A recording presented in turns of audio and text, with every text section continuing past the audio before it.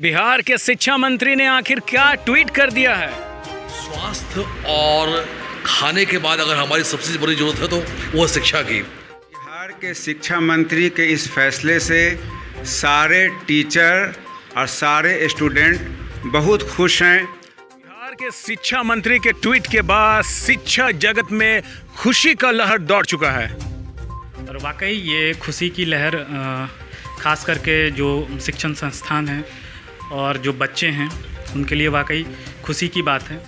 के जो शिक्षा मंत्री का कल जो बयान आया है उससे काफ़ी हम लोग प्रोत्साहित हैं और उम्मीद करते हैं कि अब शिक्षा के स्तर को और ऊंचा उठाया जा सकता है। खुद हम लोगों की आर्थिक स्थिति काफ़ी कह सकते हैं दयनीय हो गई, लेकिन अब सरकार ने जो फैसला किया है कि ये खबर उल्लास लाने वाला है और एक नई चेतना लाने वाला है और हमारे शिक्षा मंत्री इसके लिए बधाई के पात्र हैं। सूत्रों के अनुसार बिहार बोर्ड की रिजल्ट भी बहुत जल्द ही घोषित होने वाली है।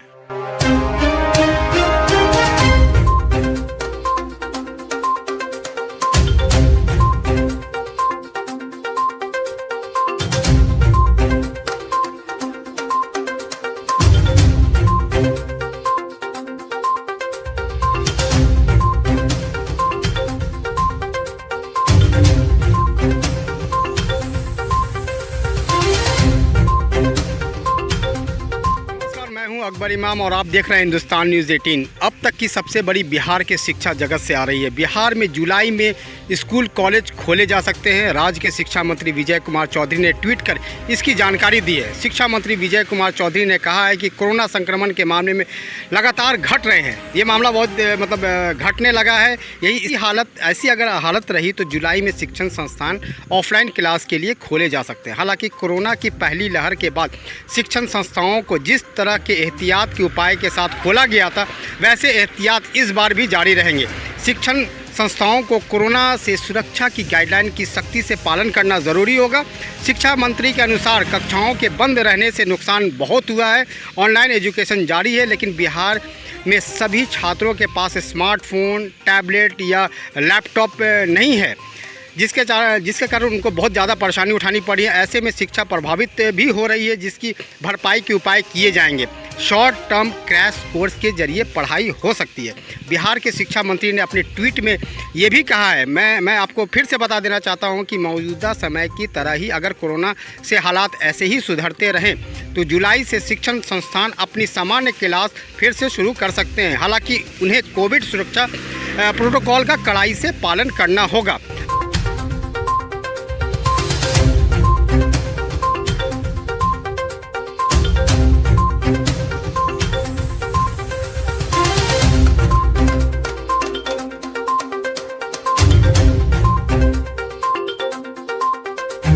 बिहार के शिक्षा मंत्री का एक ट्वीट आया है, एक संदेश आया है शिक्षा को लेकर के, जिससे शिक्षा जगत में काफ़ी खुशियों की लहर जुड़ गई है। आइए हमारे साथ NICS एक इंस्टीट्यूट है जो काफ़ी प्रतिष्ठित इंस्टीट्यूट है पटना का, उनके डायरेक्टर से हम बात करते हैं, जानते हैं कि इस प्रतिक्रिया के बारे में वो क्या प्रतिक्रिया देना चाहेंगे।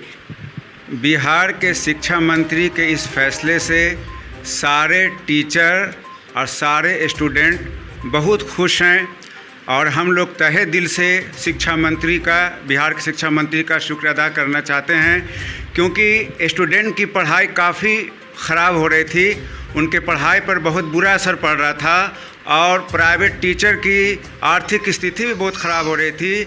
इसलिए हम लोग चाहेंगे कि जल्द से जल्द शिक्षण संस्थान को खोला जाए। हम लोग सरकार का जो प्रोटोकॉल होगा उसको हम लोग सख्ती से पालन करेंगे। आप जी, मेरा नाम MI आलम हुआ और लोग मुझको आलम सर के नाम से जानते हैं।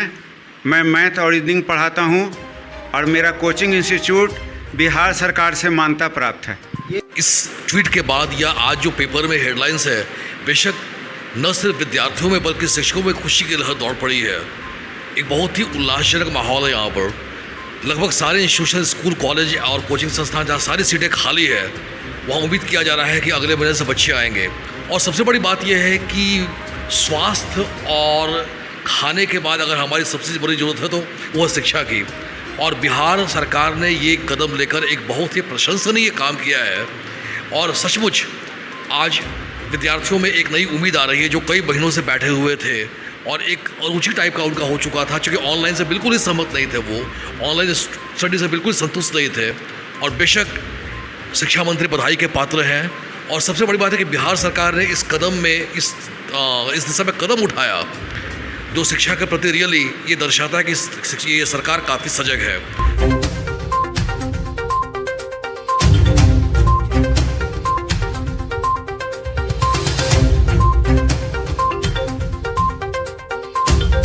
मेरा नाम हुआ रवि पांडे।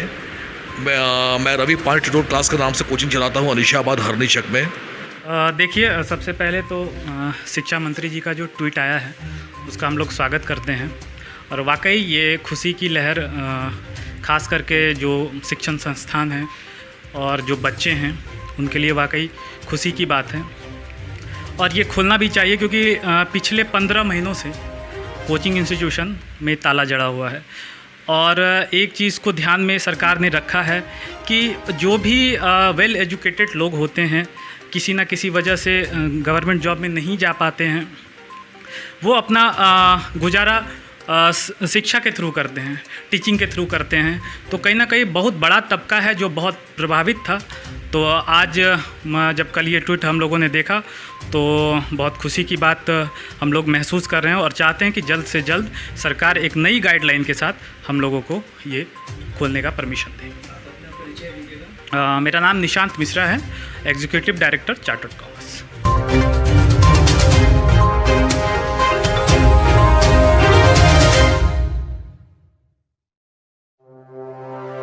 सबसे पहले तो हम सरकार के जो शिक्षा मंत्री का कल जो बयान आया है उससे काफ़ी हम लोग प्रोत्साहित हैं और उम्मीद करते हैं कि अब शिक्षा के स्तर को और ऊंचा उठाया जा सकता है। अगले मंथ से अगर सरकार ने कहा है कि हम लोग अगर कोरोना की स्थिति ऐसी रही तो क्लासेस स्टार्ट कर सकते हैं, तो ख़ास करके हम लोग जैसे इंस्टीट्यूट के जो लोग हैं जो काफ़ी दिनों से ऑनलाइन क्लास चला रहे हैं, बट इससे स्टूडेंट्स को उतना फ़ायदा बेनिफिट्स नहीं मिलता है। लेकिन अब अगर डायरेक्ट हम लोग लाइव क्लास बच्चों के साथ करते हैं आई कांटेक्ट के साथ, तो बच्चों को भी बहुत इससे बेनिफिट्स मिलेंगे। और जो हम लोग आर्थिक रूप से पूरी तरीके से जो टूट चुके हैं, काफ़ी किराया वगैरह भी बर्डन आ गया है, तो इन सब से में भी हम लोग को लगता है कि अगले मंथ से जैसे सरकार की मनोकामना है इससे राहत मिलेगी हम लोगों को।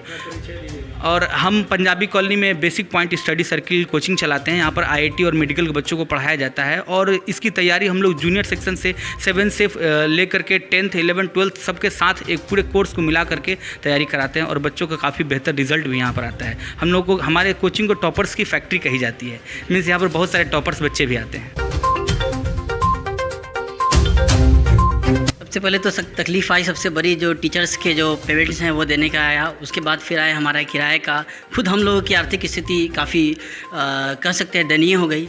लेकिन अब सरकार ने जो फैसला किया है कि अगले महीने से कोचिंग को चलाया जाने का ऑर्डर दिया जाएगा, विचारणीय है, तो हम लोग स्वागत करते हैं। और हम लोगों ने प्लान पूरा किया है कि कोचिंग को जो भी गाइडलाइन सरकार जारी करेगी, जो भी उनका प्रोटोकॉल आएगा, उसको देखते हुए उनको प्रॉपर फॉलो किया जाएगा और पूरी कोशिश की जाएगी कि सरकार जो आदेश दे रही है उसको लागू किया जाए। और यहाँ सारी व्यवस्था है, आपको सैनिटाइजेशन की है, थर्मल स्कैन की व्यवस्था है। हम लोग पूरी कोशिश करेंगे कि बच्चे जब आएँ तो उनको यहाँ एक अच्छा वेल एनवायरनमेंट मिले, जहाँ बच्चों की पढ़ाई के साथ साथ उनके सेहत का भी ख्याल रखा जाए। मैं डायरेक्टर हुआ basic point coaching study circle का, जो कि यहाँ अनिसाबाद में चल रहा है करीब 15 सालों से। और हम लोग पूरी कोशिश कर रहे हैं कि इस जो लॉकडाउन के बाद जो कोचिंग खुले तो जो हम लोग की आर्थिक स्थिति जो बेपटरी हो गई थी वो पटरी पर आए और हमारे टीचर, हमारे स्टाफ सब लोग सही से सुचारू रूप से अपने जीवन को चला सके और बच्चों की पढ़ाई भी अच्छे से चलती रहे। अगर आपने अभी तक हमारा चैनल सब्सक्राइब नहीं किया है तो ज़रूर कर लें, ताकि शिक्षा जगत के साथ साथ देश दुनिया की खबरों से आप अपडेट रहें। कैमरामैन मुकर्रम आलम के साथ मैं हूं अकबर इमाम, हिंदुस्तान न्यूज़ 18।